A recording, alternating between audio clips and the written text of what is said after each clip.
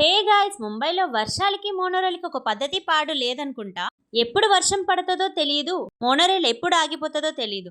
Recent గా news లో ఇచ్చారు చూసారా, మోనోరైల్ సడన్ గా ఆగిపోయింది మధ్యలో. అట్లుంటది మరి ముంబైతో. ఇదైతే మా పెద్ద బాబు స్కూల్ నుంచి వస్తున్నాడని చెప్పి తీసుకురావడానికి అయితే వెళ్ళాను. ఎప్పుడు చెప్పిన డైలాగ్ అయినా, రొటీన్ అయినా సరే, పొట్ట కూటి కోసమే కోటి విద్యలు అంటారు కదా. ఇంత వర్షంలో కూడా కూరగాయలు అమ్మడానికి వచ్చారు అతను. బస్ అయితే వచ్చేసింది. రోజు మా బాబు ఒక్కడే వచ్చేస్తాడు, కాకపోతే ఈరోజు ఫుల్ వర్షం పడింది. దారి మధ్యలో పాములు ఇంకా గుంటల్లో వాటర్ ఎక్కువ ఉంటది కదా, వాడు అసలే తిన్నగా రాడు అని చెప్పి నేను తీసుకువెళ్దామని వచ్చాను. ఇంట్లో హవ్యన్ నుంచేసే వచ్చా చిన్నోడిని. ఇలా వాడిని తీసుకొని దారిలో వెళ్తుంటే చిన్న పాములు అయితే కనిపించాయి. ఆ ఏమంటారో నాకు తెలీదు. మార్నింగ్ ఈ పాములు చూసి వెళ్ళానో లేదో, నైట్ నిద్రలో ఫ్యాన్ దగ్గర పాముంది చూడు బావా అని చెప్తున్నానంట మా ఆయనతో. అలా ఉంటది మరి నాతో.